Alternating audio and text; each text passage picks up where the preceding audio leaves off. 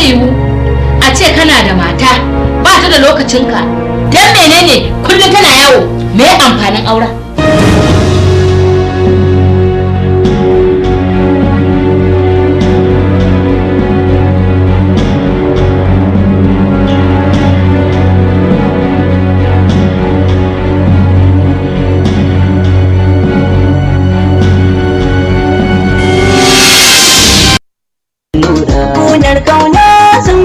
Shuka ta za ta bunƙasa. Hajara kasa maganin ka fito yin saka sai da allura. Ƙunar ƙauna zan buɗe shuka ta za ta bunƙasa. Ni ne mai yanar yallo riga waka ta.